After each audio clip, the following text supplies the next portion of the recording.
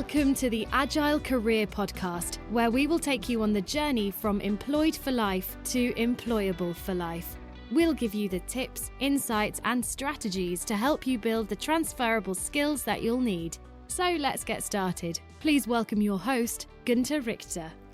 Hello listeners, welcome back to the Agile Career Podcast. This is episode 11, and in this episode we're going to be talking about a growth mindset. Now, before we get started, I must apologize if I do sound a bit nasal, or if indeed it sounds like someone else is presenting the show. It seems that pollen and hay fever is trying to kill me at the moment, so please do bear with me, and I will try and talk as normally as possible. So, as I said, today's show we're going to focus on a growth mindset. And to help me do that, I'm joined by Metcalfe, who is the Vice President for RGP, a consulting organization, but I'll leave it to Crystal to tell you a little bit more about what it is she does and what the organization does. But just as an introduction to the show, I'd like to talk a little bit about growth mindset. Now, this term was probably popularized by an author called Carol Dweck. She's got plenty of great books out. I won't delve into the details of all of that now, but I will post a link in the show notes to the book that I'm going to refer to as we talk through it now. And she really says there's two kinds of mindsets. One is a fixed mindset where intelligence is static, and the other is a growth mindset. And the growth mindset is where intelligence can be developed. So in practice, what does this mean? So, let's compare the two. So in a fixed mindset, people tend to avoid challenges, whereas in a growth mindset, you'll embrace challenges. People with a fixed mindset tend to give up easily, whereas people with a growth mindset will persist, even in the face of setbacks or challenges. People with a growth mindset will really see effort or investing effort as a path to mastery, and I spoke about mastery in the last episode, whereas in a fixed mindset, people will see effort as just being a waste, and won't even expend that effort. Fixed mindsets, you tend to ignore useful, negative feedback, whereas in the growth mindset, you learn from criticism and from feedback. And then the final, example is a fixed mindset. You tend to be threatened by the success of others, whereas in a growth mindset, you'll celebrate the success of others, and you'll find lessons and inspiration in what you see others doing. So that's just really a brief overview of the growth mindset, and to talk a little bit more about how Crystal found a growth mindset helped her through changes in her career, and not only changes in her career, but a big change moving countries. We're going to get into the show now. Enjoy. Hello, Crystal, and welcome to the show. I'm really glad to have you on the Agile Career Podcast today. Thank you, Günther. It's great to be here. Super. Well, again, I'm very happy that you made the time. And I guess the theme of today's show and the thing that I wanted to talk about, and, of course, in talking with you before the show, was thinking about having that growth mindset and keeping on thinking about how you're going to develop skills and how you're going to sort of bridge those learning gaps when you move from job to job. And but I guess before we get into the detail, do you perhaps want to take a few moments and introduce yourself and perhaps talk a little bit about what it is you do at the moment? Sure. Thank you. I work for a global professional services firm, and we are implementation specialists. So our focus is really on helping clients translate their strategy into reality. That's our sweet spot. And I'm currently the VP of the UK practice. I joined initially as the MD of the UK practice, brought in to help transform the business. So initially, I was responsible for all aspects of the business. That's from the strategy to sales, talent management, operations, HR. But over the last couple of years, as we've been transforming as an organization, I'm now largely responsible for sales and revenue generation within the UK. Okay, and I mean, thinking about, going back over your career and perhaps starting at the beginning and thinking about your university days, again, I think, what you studied doing a business degree is kind of very relevant to what you do today, but casting your mind back, how did you envisage your career developing? What was it when you were doing your university days? What was it that you wanted to be doing? Did you envisage a particular career? I didn't actually. I mean, I was always very business orientated, and my mother will even tell me, like, as a kid, I'd love to go to the office with her and help her organize papers and things like that, rather doing that more than playing with dolls and things. But so when I entered university, I was actually exploring all sorts of different things, from medicine, law, marketing. And I was actually taking all sorts of things that actually didn't contribute to any career in particular, like Shakespeare and French classes and things like that. But again, because I knew I was kind of more interested in business. I definitely focused initially on business, general business courses. Um, as I as I continued, I actually really started thinking about corporate law. So I got involved in an undergraduate law club, which I think was really a great opportunity, because we had judges, prosecutors, defense attorneys, you name it, come in. And actually, after being part of that group, I decided I didn't want to have anything to do with the law, and quickly decided to make a change, because it wasn't anything like The Good Wife or The Good Fight or anything like that. So I, in one of my early careers, my early jobs, I should say, is I met a woman that I was just really impressed with, and I just thought she just kind of represented a lot of what I thought I would love to be in an organization. And it turned out she was in marketing, and she was, counseling the CEO and driving a lot of business change in the organization. And so I just found out what she did, and who she was and what she did. And based on that, I decided I would focus my business courses then on marketing, which I loved. And then as I evolved, I did finish. I got my undergraduate in business with an emphasis on marketing, and then I also went back to grad school and got a master's of business administration with a focus on services marketing management. So when I got out of grad school, I definitely, knew I would, or intended to be focused on the services kind of part of the business, but probably was thinking more around, like the organizations like Disney or hotels and things like that, kind of that we were studying a lot in services marketing. And I think that's a really good point you drew out there, first in terms of you getting involved with the corporate law club. And then, talking about this woman you met who, you looked up to, and I guess ultimately was a mentor, almost kind of not trying before you buying, but, thinking about, am I ready to invest all of this time in a particular university degree? Yeah. Because often, it's an expensive affair, both in terms of time and cost. And, thinking then, is this really what I want to do? And it's a really good point. And I think what many people struggle with now post leaving school is thinking about, do I need to go to university? If I do go, what should I study? And Yeah. I think these are great takeaways to think before you make that big commitment and invest that time and money, is perhaps taking that step back and thinking about what it is you want to do, or trying it through some kind of internship or anything like that. I think it's a sage bit of advice. Yeah, I mean, I just think it's such a big decision, right? In terms of what do you want to do with the rest of your life, and especially trying to make that at 18 years old, when we just have such little exposure to so many different things. So I did take advantage of internships. And as I think you and I mentioned, or I was talking to you beforehand, is I was actually working in high school. So I've started working quite early, just to explore different things and get exposure to different companies, different industries, and things like that, which I'm thankful for, because I had the opportunity to explore and figure some things out, things I didn't like and things I liked.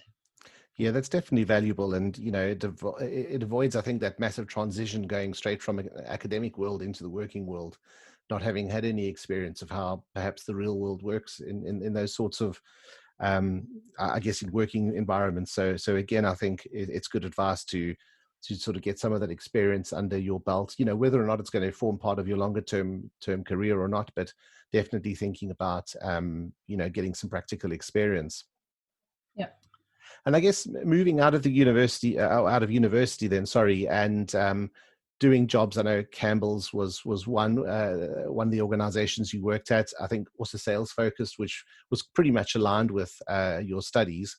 How did you find that transition then? Moving out of sort of the academics and into the real world.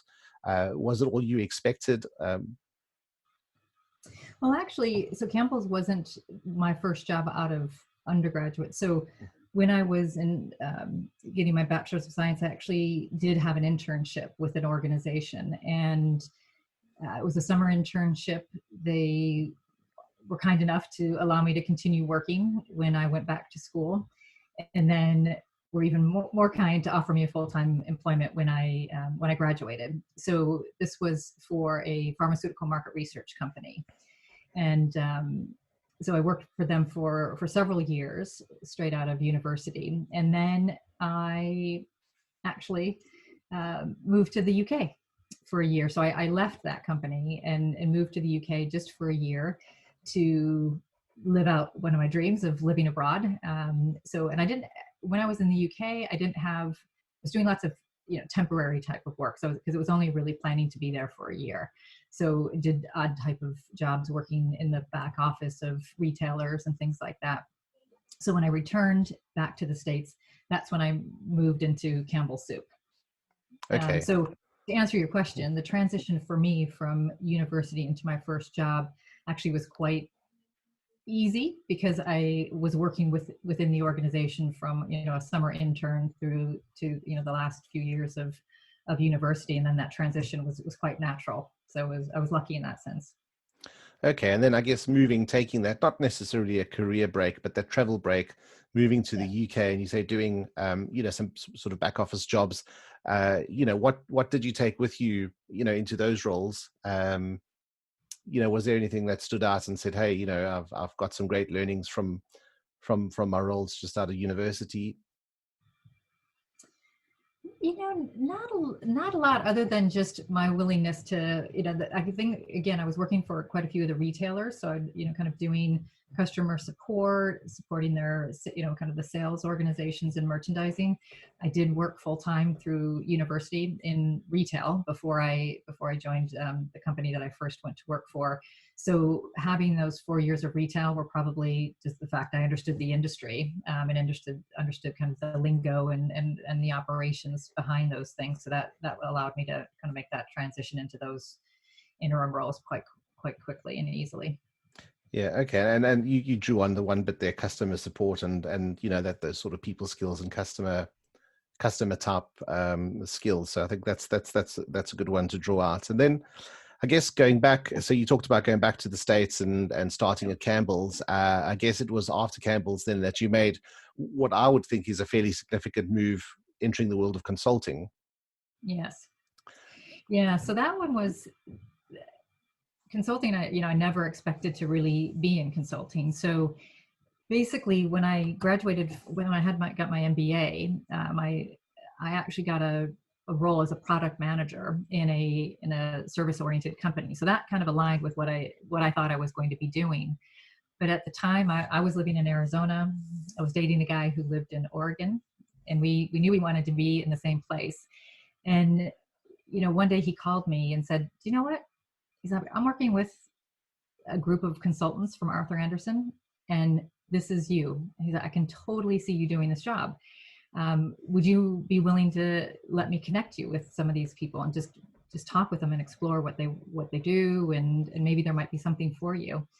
And yeah, I said, "Sure, of course," because I'm going to have some conversations. And literally, it was just a handful of conversations, and the next thing you know, I was working for Arthur Andersen. I didn't go through like a massive interview process or anything like that. I just happened to, I think, get connected to some people who could make decisions, and they brought me on board. I thought it was going to be a 2-year gig. That's what I thought. I'm like, this will just be 2 years. I'll be in, out, get some great experience, and move on. And 20 years later, I'm still in the industry. So.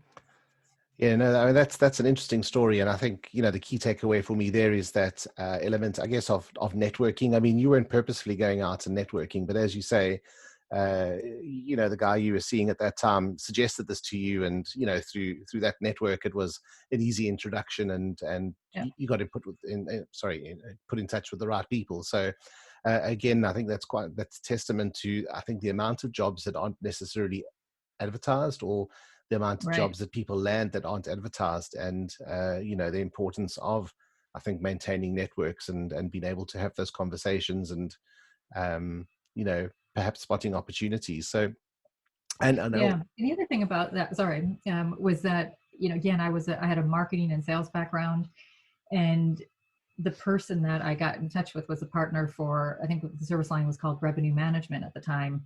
And so based on talking with him and all the people that he put me in contact with to just learn and have these, kind of exploratory conversations and informal type conversations, I thought the team did a lot of that type of work. And when I joined, I was telling people what my background was, everybody kept asking, like, well, what are you doing here? Like, we don't do a whole lot of that work. But again, I just happened to meet the right people. And of course, we ended up doing that type of work. It was a small team, but it was a fantastic group for me to be part of.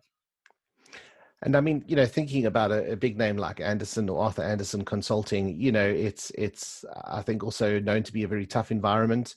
And Yeah. how did you feel when you landed in this new environment? Did you look around and think, okay, there's some new things I need to learn, or did you feel comfortable straight away? No. So, to start with, when everybody was saying, what are you doing here? Because I looked probably, background wise and experience wise, very different from most of the other team. And then I would say I was overwhelmed my entire first year. To be honest, I felt intimidated and really felt like I had that kind of an imposter syndrome of feeling like everybody around me was much smarter than me, much more capable. And some of the assignments I would get, I was just, how in the world will I be able to do this and do this well? So it was a real stretch that first year, and probably the hardest year for me professionally, just to make that leap from industry into consulting, because it felt like everything was new. And so I had to develop all sorts of skills to get on with what I was expected to do. And I mean, what would you say those core skills were that you ended up developing in that first year? Well, I think, some of it was strange. Like, in consulting, I felt like you couldn't just show up to a meeting anymore and participate. You were expected to typically facilitate that meeting. So you had to spend all this time before a meeting thinking about, what are you trying to achieve? Who needs to be there? Who do I need to meet with in advance of the meeting, and how do I help get to a decision or realize the objective of the meeting, and what material are you going to bring, and how do I facilitate it? And so even just the simplest thing as a meeting to me didn't feel like a simple thing anymore. And it was just a lot around, some of the basics. Again, meeting management, synthesizing data, because of course, obviously in consulting, a lot of what you do is gather a lot of information, but then trying to figure out how to synthesize it in a meaningful way to make decisions and tell a story that, says, this is the problem statement, here's some of the evidence, here's ways you can move forward and fix and address the problem, and this is what it's going to cost, and this is what it's going to take, kind of thing. Kind of really putting all those things together to deliver a consulting project felt like all of that felt relatively new to me, or at least doing it at a level that I felt like the client was getting their value for the fees that they were paying for us every day. I think in consulting, I always felt like you had as an American, a dollar sign over my head, and was trying to figure out, like, was I justifying that every day? And could my company justify that? Yeah, and it's a difficult one. And you mentioned the term imposter syndrome, and I think it's something that affects many people, thinking about, am I qualified for this new role, or am I qualified for this new job? Yeah. Am I credible when I'm offering advice to people? So in terms of developing those skills, you said even the simplest thing like facilitating a meeting and the preparation that you needed to do. How did you go about, I guess, developing those skills? I guess, nowadays many people would go onto YouTube and there'd be like a ton of videos. Yeah. But what sort of mechanisms did you find worked really well to help you develop those skills? Well, I was really lucky to come into Arthur Andersen, because they had a lot of great resources that they invested in their consultants. So there was new hire school that we all had to go through that took you through a lot of that.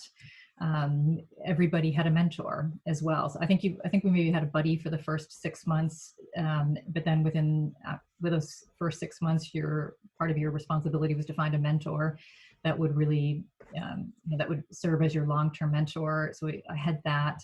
And a lot of it was watching, being just really open and wanting to learn and learn from others. So learning on the job, watching people who did it really well.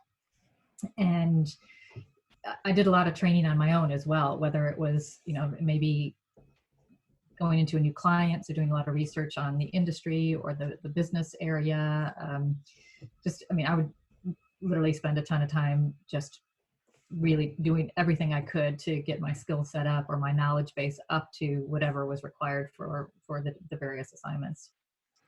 Yeah, that's a great piece of advice, because I think on the one side you could have done the bare minimum and said, you all attended new higher school, and you could have completed the compulsory courses, but then there was all of this other stuff, that personal time you probably invested in learning some of these skills, and clearly, has paid off. But I think the lesson there is, sometimes it's not good to get by on the bare minimum. It's really important about investing that additional time, and learning these sorts of skills that are going to help you. Yeah. Yeah. I would read books. I'd go to conferences, I'd, attend external training if that's what was required. I was just looking for anything to help make each day easier, and feel more confident in what I was doing. So, and that again, given, I think I loved being in university. And so I think that's probably one of the things that what I liked so much about, getting into consulting. It does feel like you've always got some new curriculum, and I was still, I guess, young enough in my career coming out of grad school that concept of reading and research and all that kind of stuff just felt still kind of part of my DNA at that point. Yeah, that's important. I think, often when we look back at some of the stuff we've studied in a formal environment, that knowledge that we pick up becomes dated. So Yeah. perhaps thinking about some of the more classic topics, perhaps like economics, those principles tend to last or be valid for a lot longer. But certainly in terms of some of the technology type of courses that we might have done, those that stuff changes, and it changes so quickly.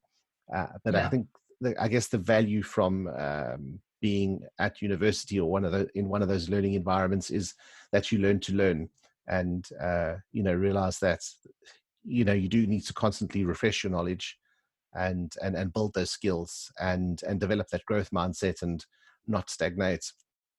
Yeah. Yeah.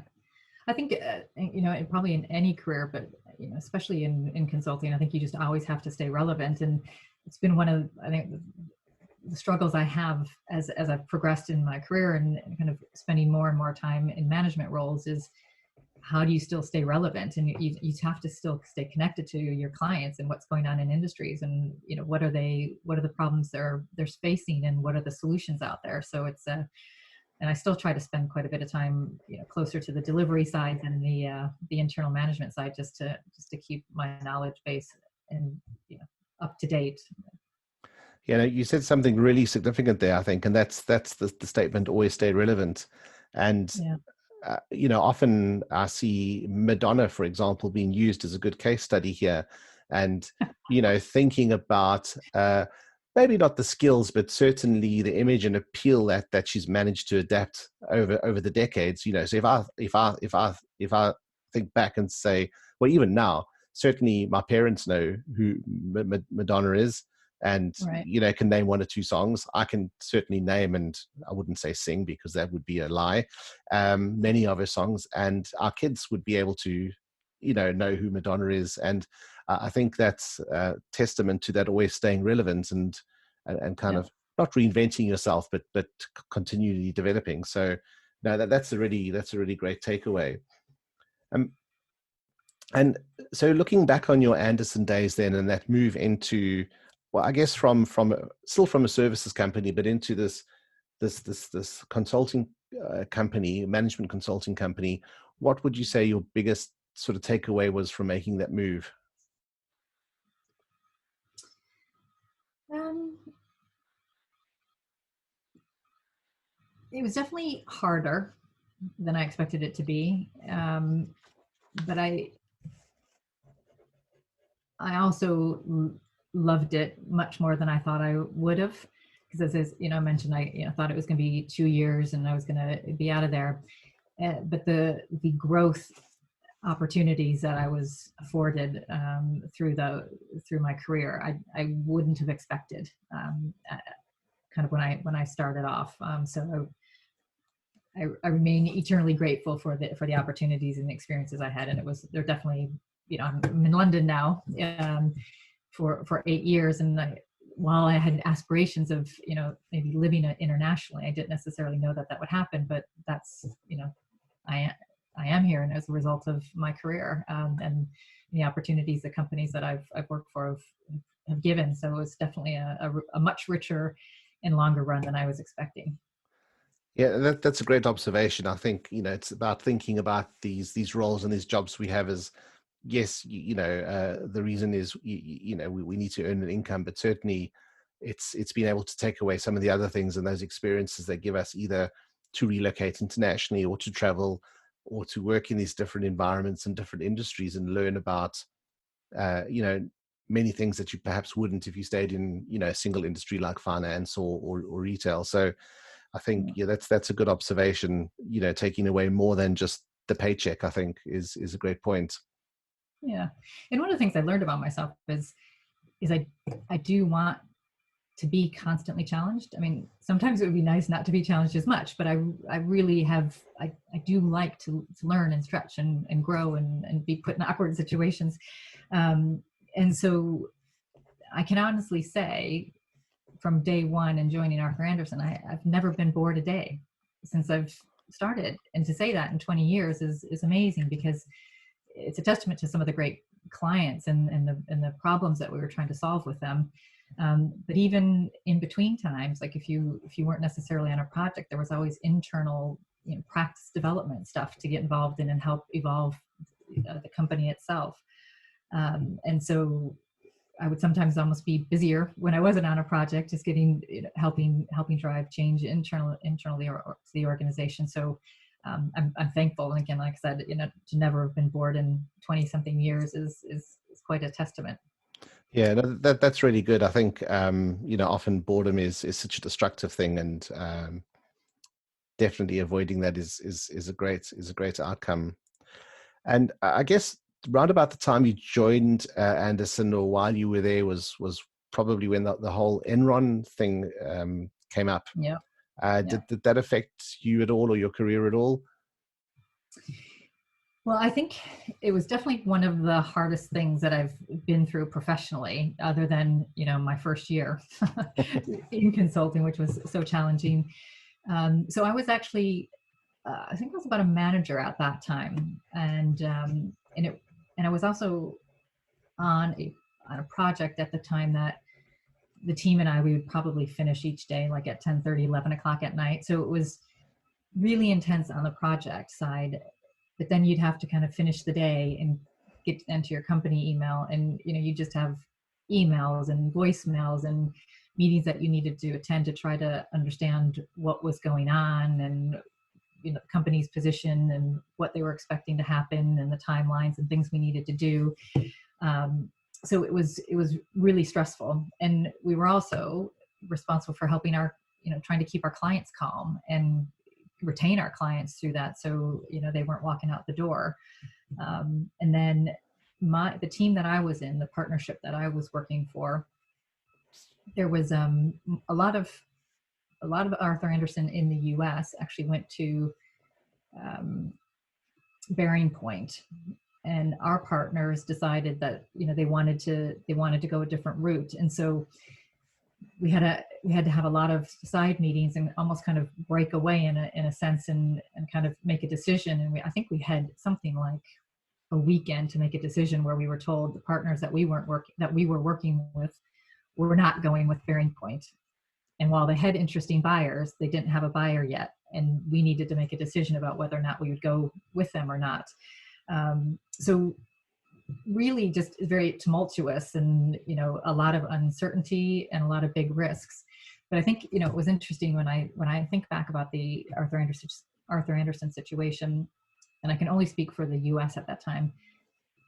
so many of the people stayed till the very end, and I would have loved to have been at higher up in the organization and had more of a remit than I had at the time, just to understand the company culture and the what was behind that, because they managed to keep so many people through all that craziness. Yeah, and I mean, I guess it's good testament to something that was being done right, and people felt that loyalty and the fact that they wanted to stay on and see things through. But Yeah, it does sound like a very challenging time. yeah, it was crazy. And then thinking about, I guess your next move um, was again sticking in the consulting theme, Yeah. but making a move to a slightly different organization, because I think you moved on to Hitachi Consulting after Anderson. Yes. So the partners that so I was one of those that made a decision to stay with the partners that I was working with, although they didn't have a buyer at that time. They had a number of prospects. So the partners that I was working for, they ended up, I guess, selling our business to Hitachi Consulting. So we were Hitachi's foray into business consulting. Was that the Grant Thornton connection, or No, different. Yeah, okay? this was. All right. So I guess it kind of happened by that decision, and thinking Yeah, about well, I guess looking at names. I mean, I think it would if you look at someone like Bearing Point or perhaps some of the other big consultancies available. I guess not all of those were up for offer in terms of the partners moving, but I guess and sometimes Hitachi Consulting could be considered as a lesser known name when it comes to consulting. Did you feel how did you feel about that change, and sort of moving from that Anderson identity to another identity? it was definitely hard because there was obviously again a ton of loyalty to Arthur Anderson and a lot of pride in working for that organization. Had this 80 something year heritage, and everybody knew Arthur Anderson. When you walked into a room and said you're with Arthur Anderson, you kind of were granted a certain amount of respect and Yeah. recognition. And suddenly we're working for Hitachi Consulting, which in America, people thought we were selling TVs or lifts and things like that. So it it was I was lucky enough that I was working in an account that we had a good book of business, and part of my responsibility with a number of other people were communicating to our clients the changes that we were going through as an organization, but trying to retain those clients and get them to commit to working with us now that we were Hitachi Consulting rather than Arthur Anderson. But it was hard but it was a great experience to think about how do you tell that story to a client? How do you tell that story to your team to try to keep them motivated and interested in working for an organization that, again, doesn't have all that infrastructure and the name and everything behind it? Because we were largely, almost like a startup again, or a large startup, and building a reputation out in the marketplace to get new clients or to get new talent. So it was hard work, but again, useful, as now I'm in the company that I'm working with now, which again doesn't have a real strong brand recognition in Europe. So at least it teaches you how to maybe be confident in yourself and your team, and not have that luxury of 80 years of brand recognition and That the door opener. yeah, yeah, Yeah. exactly. Yeah, no, that's a good point in terms of having that confidence in yourself and your team, because I guess ultimately, from a client's perspective, these are the same people I've been dealing with uh, Yeah. under a different banner now. So as you said, how do you get that message across, and how do you attract new clients and new hires? I think. And did you feel then, was there any significant shift in terms of thinking then there was this new set of skills you needed to develop, and perhaps you were taking on additional responsibility in terms of customer retention or attracting new talent? Where I probably spent a lot of time. So as I mentioned, I was fortunate to be working in a client that we had a long-term relationship with, and I believe largely we were able to maintain the relationships that we had, which was great. Um, I, One of the things that, as part of that transition to Hitachi Consulting, we did definitely want to have solutions and methodologies and delivery tools and templates and things like that. And so that that transition gave me an opportunity to do that. So in addition to the client work, then I became kind of a marketing competency lead and those types of internal roles where we had to redefine what we were going to be known for in the different spaces and start to build delivery methodologies and, like I said, delivery tools and templates. And that was a really great opportunity and to start really building that internal capability with the new team that was being developed.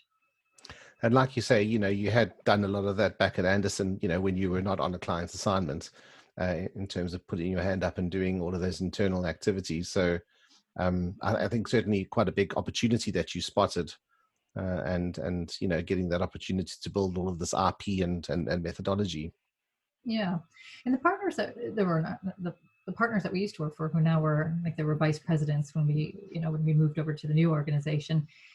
They were always great about setting the expectation that we had to give back to the company, and so we were always, every fiscal year, we always look to say, what do we need to improve, and we all had to take leads if we wanted to progress in the company, to fix it. And so it could have been brand recognition, it could have been our recruiting efforts, it could have been kind of some of the delivery issues, or anything, but we all had to take leadership roles. And so there was just, coming again back from an Arthur Andersen to a startup, there was just so much kind of, I say, skate to space, right? There was so much opportunity that to get involved and help shape the company, and we all had a certain legacy.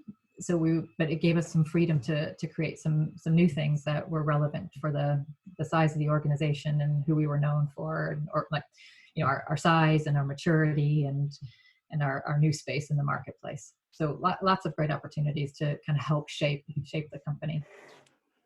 Yeah, I think that's a great takeaway there, because often we see people in leadership roles either sort of stepping forward to perhaps a customer facing role, or a restaurant manager waiting tables, to kind of put themselves in the frontline staff shoes. But swapping that on its head, or putting that on its head and saying, okay, you need to take on a leadership role, gives you, I guess, that insight to see how this can be challenging perhaps. And it's not just easy at the top. And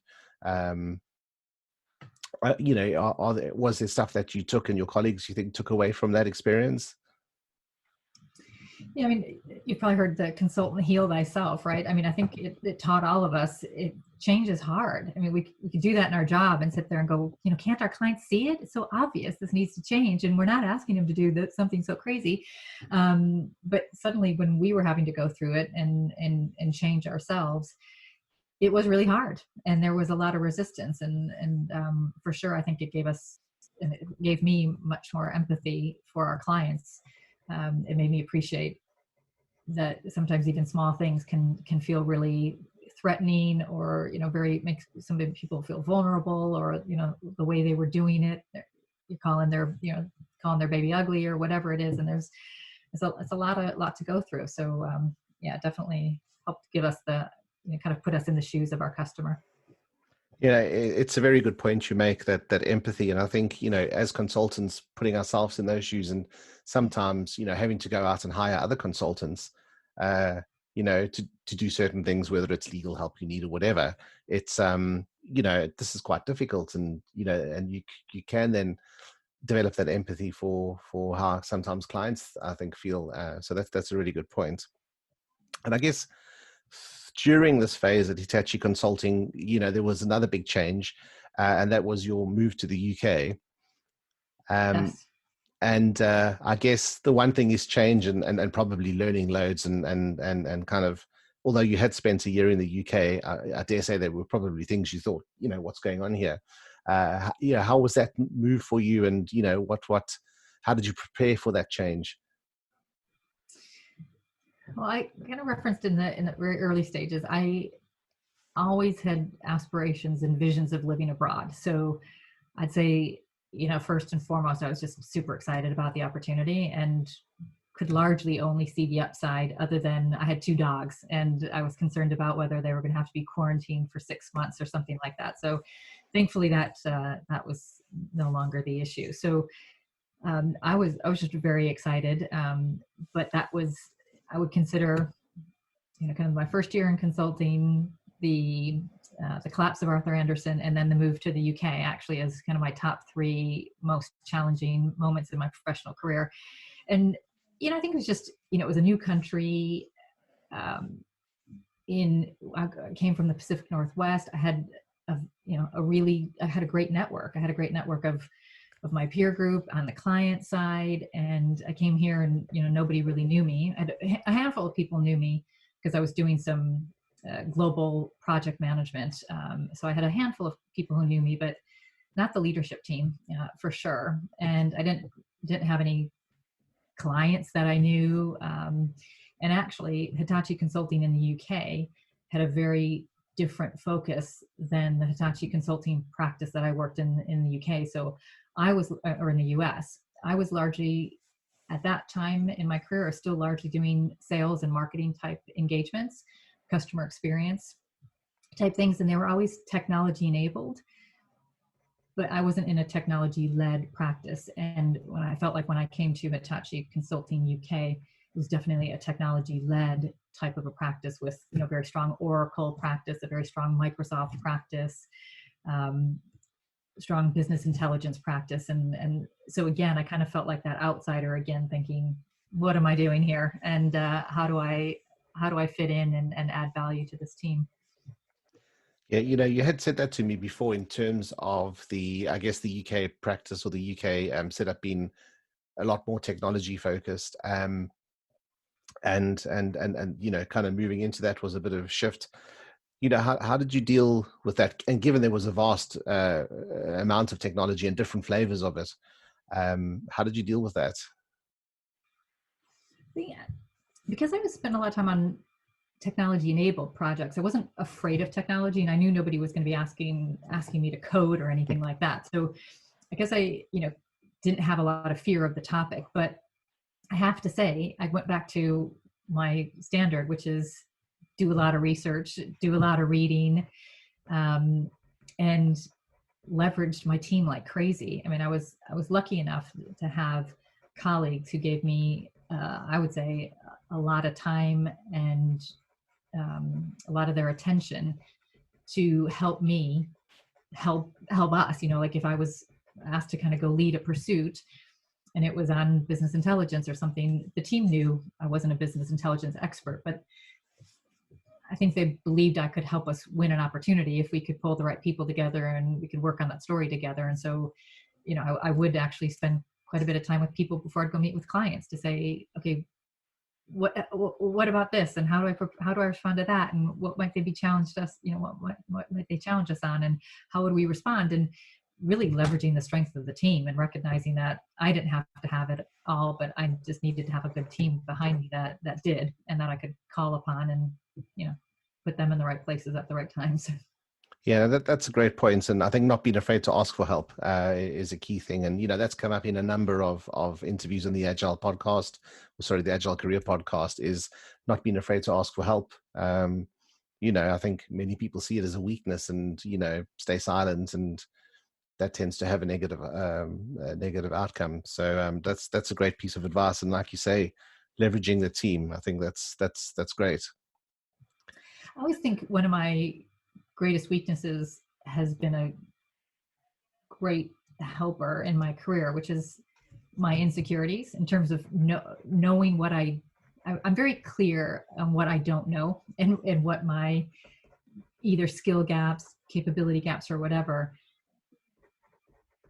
But I'm always really focused on how to close them. And it doesn't have to be that I have to close it myself, but how do I leverage other people, or, so I feel like I'm hardly ever not willing to ask for help. I'm always asking for help because I know where I need it.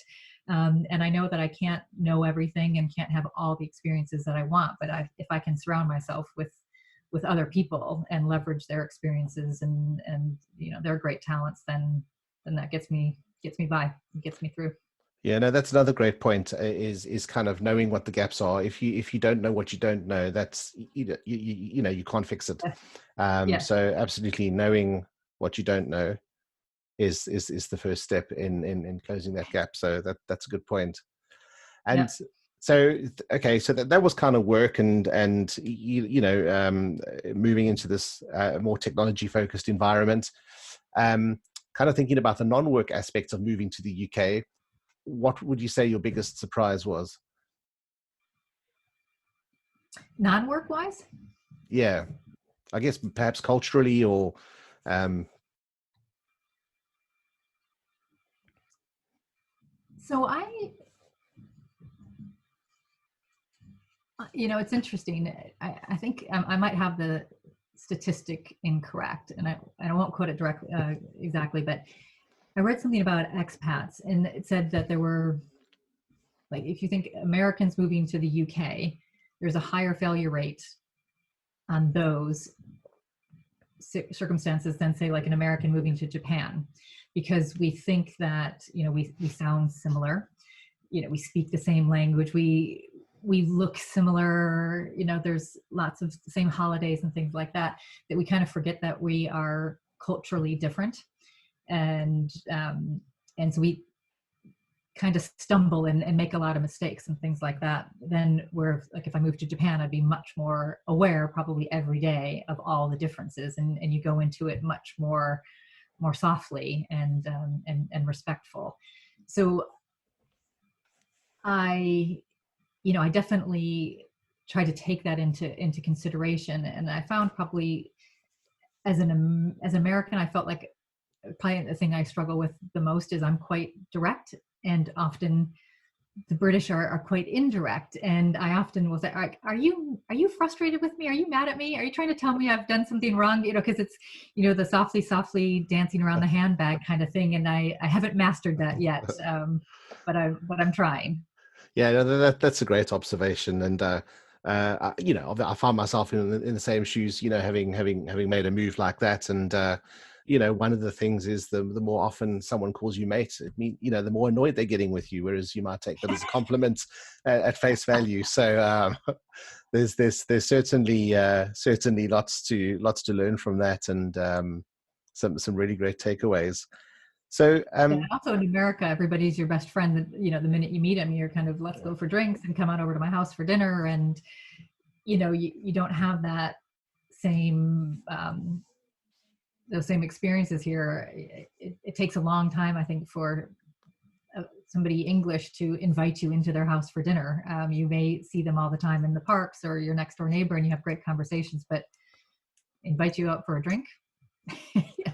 So, developing friends and trying to learn how to do that in a way, again, that was being respectful of the culture and the pace at which people operate for an American who kind of just jumps in there and it's like, hey, let's get it done.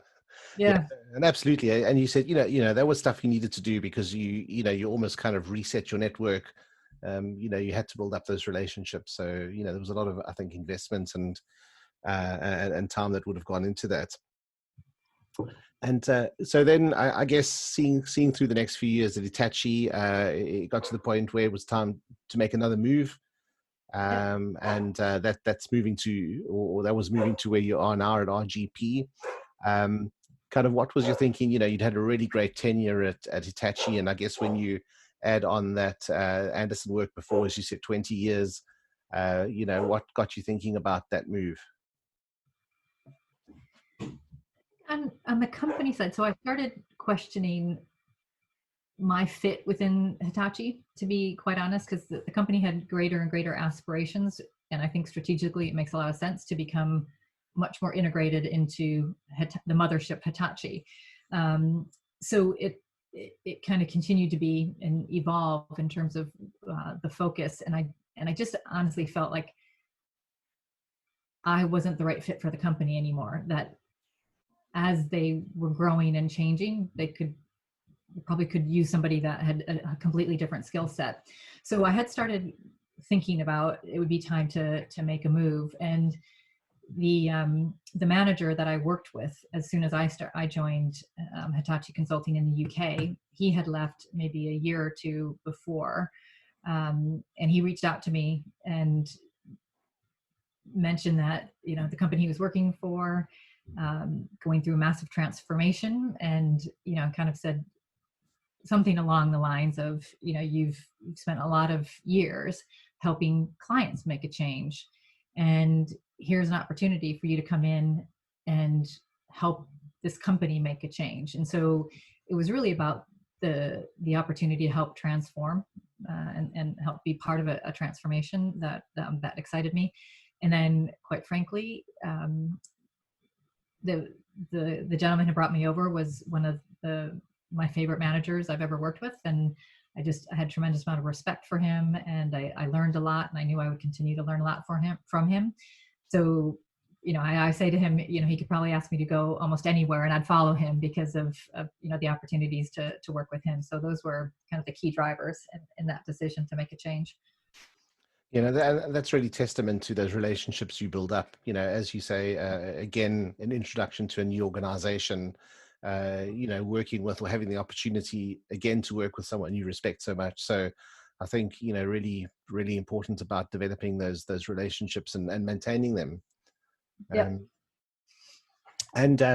So I guess, again, it is a professional services firm, but your role was quite different, I guess, moving from Hitachi to RGP.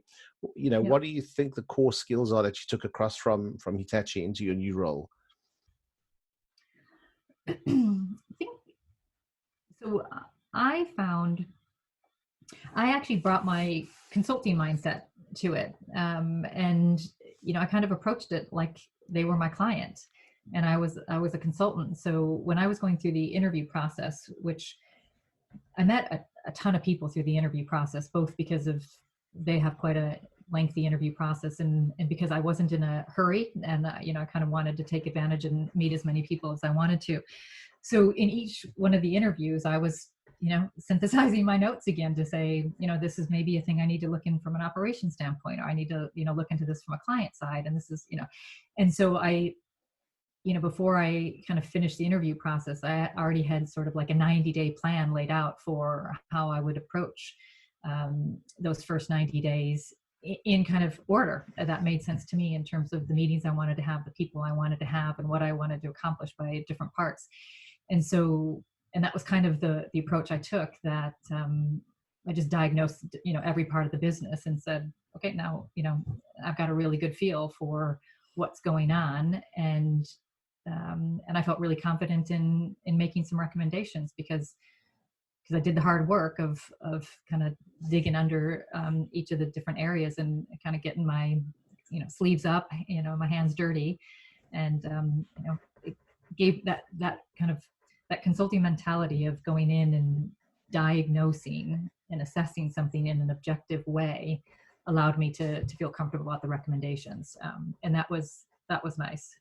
And especially, so many people had a lot of opinions on what I needed to do. I mean, when I started, people were, you need to change this, you need to fire these people, and then this is what you need to fix. And again, having that consulting background allowed me to hear it, but not to be too influenced, because I said, I need to go do the research. I need to go through and understand what the issues are, and I'll reach my conclusions, and I'll take all these things into consideration as additional data points, but I needed to make my own decisions about what we needed to do to address some of the challenges that we were facing. That's a really great point, and I like the point that you mentioned about the consultant or the consulting mindset. And I think that's a really important skill for anyone to develop. Whether you're a consultant or not, often working in a corporate environment, we should be seeing a lot of our stakeholders as our customers, and develop those approaches in working with them and helping them solve their challenges. So I think that's a really important point that you make. So that consulting mindset served you really well. Again, were there skill areas that you thought you needed to address, or new things you needed to pick up on? Yeah, again, this one brought all sorts of new skill sets. So one, the company focused on in the market in areas that I don't focus on or hadn't really ever focused on. So just trying to become a little bit more fluent in some of the functional areas of the capabilities that the team has. That was something. But also the HR. Again, when I came in, I was the UKMD, so suddenly I had HR that was under my remit, and I was, I always say to people, I've been here for 8 years, and I've just in the last, like right before the lockdown, I went to the doctor for the first time. I'm not a sick person, so I've never paid much attention even in the US about our benefits and pensions and all that kind of stuff. So HR, that was an area that, again, I didn't need to be an HR expert, but I definitely needed to develop an understanding of HR practices and things like that. Um, Operations were never really in my remit, and suddenly I had to look at the operations of our business and figure out how to drive, try to make some improvements there. P&L management. While I was at Hitachi, I did manage an aspect of a budget. Now I had the entire P&L, and so kind of building up more of that financial acumen, so I could try to. My goal was to profitably grow this business. I needed to kind of dig in and develop a level of proficiency in that area as well. So again, it felt like a complete learning curve again. And what sort of approaches do you think worked really well in terms of closing those gaps? Similar to what I mentioned before. I mean, with the on the things like with the P&L management, I was pretty clear. It wasn't something I had a lot of background in, but I also, finances are not the thing that get me really excited. So I knew I had to develop a level of competency around them. So again, part of my 90-day plan was I met with our head of finance and had him walk me through the balance sheet and kind of make sure I knew what all the different line items were and how the business worked, and then asked for my operations person to hold me accountable. So every month we would have to sit down and go through the different reports that I was getting in terms of aging revenue or what have you, and literally just sit down and force myself to look at the things that we needed to look at and make decisions about investments or clients that we needed to chase up on or what have you. So I could just kind of holding myself accountable to do it, because I knew if I didn't, I would just, a year would go by and I didn't look at the balance sheet, didn't look at the statement, the income statement and things like that. So, kind of, again, asking for help and just putting in the time to keep focused on those. And then again, in some of the other areas, I was really open to say to the team, I didn't have a lot of background in particular areas, but these are the things I wanted to see. And so trying to set the expectation of what I wanted from that team and having them come tell me what they needed my help in, to help them do their job, but not actually have to get into the detail of certain functional areas that I'm just, that I don't have that experience in. I think that's some great advice. Sorry, go ahead. I was going to end research again. I would go look at, if there were certain areas, I would ask for, I actually, coming in, I asked for a coach. It was one of the things I asked for as part of my signing agreement. I said, I want to build it into my contract that I'll have a year of executive coaching, because that's one of the things. While Hitachi provided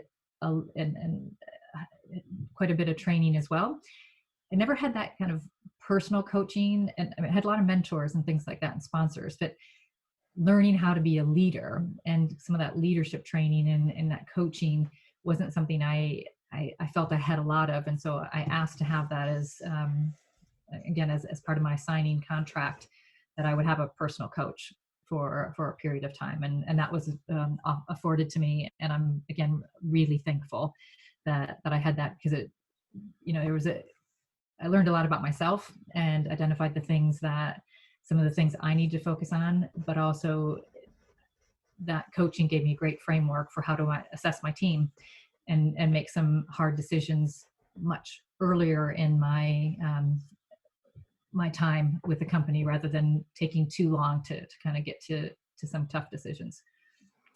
Yeah, no, that's really, I think, valuable. I mean, we talk a lot about mentors and that sort of thing, but I think not often do people step forward and say, I'd like a coach to help me get to that next level. So I think that's a really good takeaway, and it's a really valuable thing to think about in terms of whatever you want to develop. In your case, you said building leadership skills, or again, whether it's financial skills or whether it's people skills or whatever, presentation skills. A great approach to take is to take that coaching approach and ask for that help. Yeah. And I guess so. Yeah, a different set of challenges. So looking back at all of those jumps you've made, and there haven't been many, I think. But some significantly big ones, whether they were changing, job to job or changing countries. And I think, what's certainly come out in this discussion is those approaches that you use to close those gaps. It's the same approaches, but they've served you well in each of those roles. And I think, so some really important takeaways there. So that's been really insightful. I guess, what I'd ask is if people are wanting to get into consulting, what sort of advice would you give people thinking about making the move into consulting? It depends on where they are, in their life. If someone's still in school, I would definitely encourage them to get into, kind of a consulting association or something like that. And the universities I went to, they had, different types of communities that you could, go and have in-office days with different firms, or have different individuals come and speak to the organizations, into the school, so you can kind of get a flavor of what it's like. So anything you can do to explore it. Have a lot of informational interviews. Meet people, see what they like about it, what they don't like about it. And I always think really assess yourself, because it's a funny industry, I think, and it's a real challenging one. And so I think it's good to, and I'd probably say this, for any career, is really understand what it's about and what attributes you need to have to be successful. And if you don't have them, then maybe don't go into it. Early in my, I was probably a manager, and I was mentoring a young woman, and she was fabulous, but she hated change. And so, every time she changed clients, or every time she got onto a new project, she just was filled with dread and anxiety, and it was something that didn't go away. And so after coaching her for a while, I just got to we got to the point where that's probably not the industry for you then, because it is constant change. And so she ultimately made the decision to leave, and she's been in the same company since in a particular role, and she's very happy. And that's, she said, I didn't want to admit it to myself that I didn't have the right attributes or the mindset to allow me to be, I guess, comfortable and confident enough to continue with her career there. And for me, I've said, my first year I was filled with dread, but I was amazed at what I learned the first year, and I recognized that I developed a skill set that I actually could take and evolve, and and I kind of like the challenge. So to me, it kind of made sense for me. But I do think it's kind of holding a mirror up to yourself, and really thinking about who you are and what kind of environments give you energy, what motivates you, and think about whether that consulting gives you that or not. Yeah, that's great advice. And, I like the analogy of holding a mirror up to yourself, because it's understanding, what it is you want, I think, and understanding if you have those attributes to that career or that job. So, that's really great advice. And I guess sort of flipping that, not on its head, but then, if you could go back and tell your 18-year-old self something, what would you tell your 18-year-old self? I tell her a lot of things. I think, I think probably one of the things I'd say is actually just believe in yourself more. Because you're more capable than you think. And I probably stressed myself out a lot more than I needed to by thinking that, oh my God, I'm not sure I'm going to be able to do this.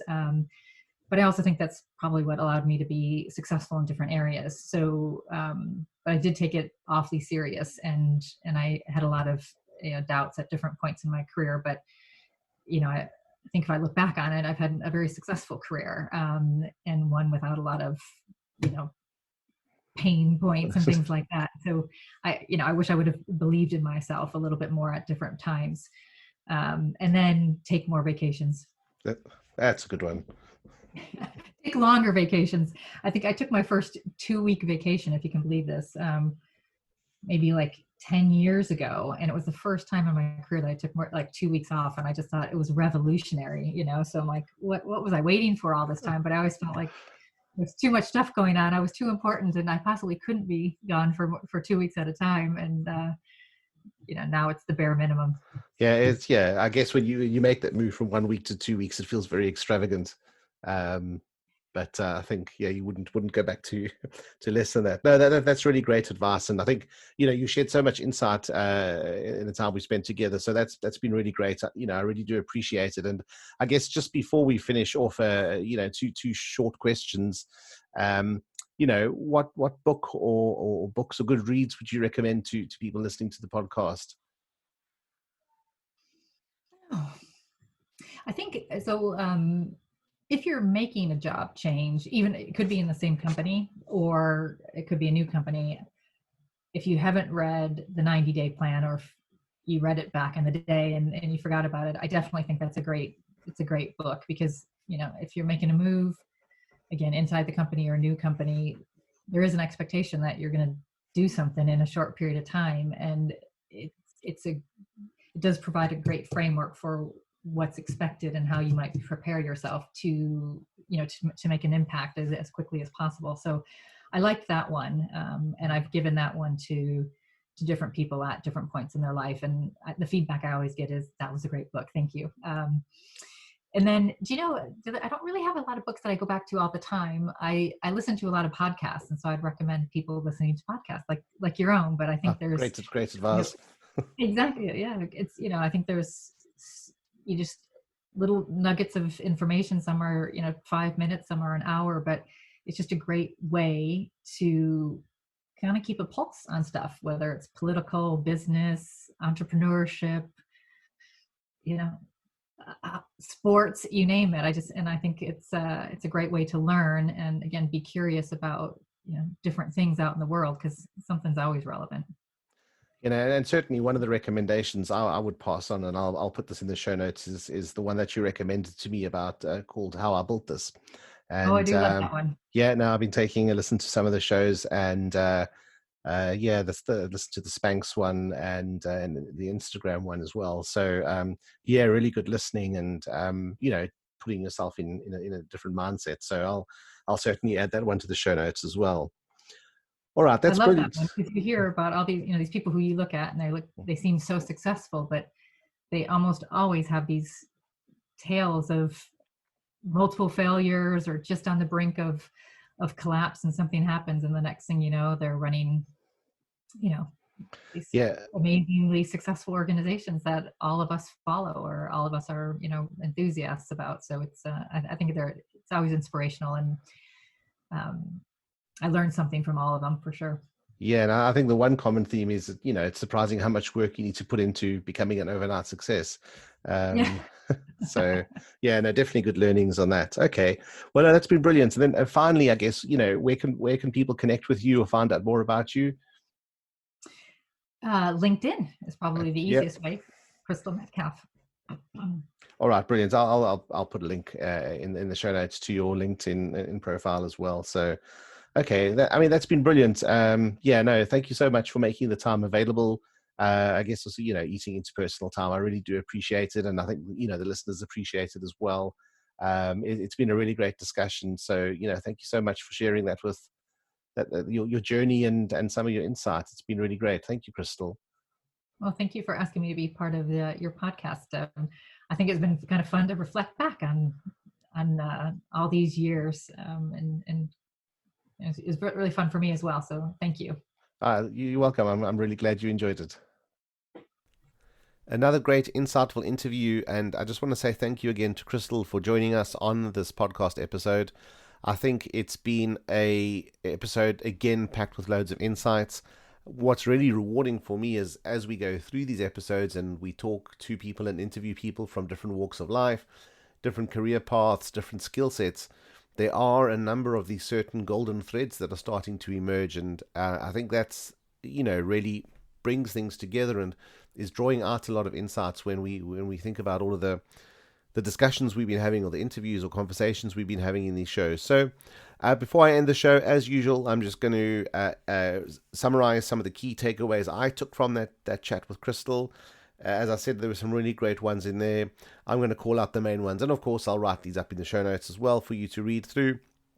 And I guess starting off, the first thing that sprung out when we spoke about Crystal's career, or the start of her career, was that she'd met a woman and really looked up to this woman and saw what this person had been doing in business, and that really appealed to Crystal. And again, this kind of starts talking to the power of mentorship and being able to look at someone in a position of success, or look at someone that you think might represent where you want to be in a few years, and certainly take on lessons from them and learn from them. So mentorship, the importance of mentorship can't be understated. Crystal talked about even before entering university, she worked part-time while she was in high school, and also she worked while she was at university. And I think this is a great example because it really prepares us for the real world. So moving out of that academics area, moving into the real world can be a tough transition. But if you get some working experience under your belt, it's really, really good. One of the interesting things when we talked about moving into Andersen Consulting was that Crystal felt really overwhelmed and intimidated. Again, it was a really big jump moving into this environment, and at times felt like she had imposter syndrome, but really had a number of tools that she used to work her way through these challenges and these doubts. Having then invested that time and effort in developing those skills and closing those gaps, I think that effort is obviously well worth it, and summed up in the statement that Crystal said that joining Andersen was much harder than she thought, but ultimately she loved it much more than she thought too. So really good testament to making sure that you do invest time and effort in building up those skills. Empathy for clients was something that Crystal drew out, and I think this is really key. I guess not only for clients, I mean, obviously in the consulting environment is really important, but just generally in empathy in general is very important.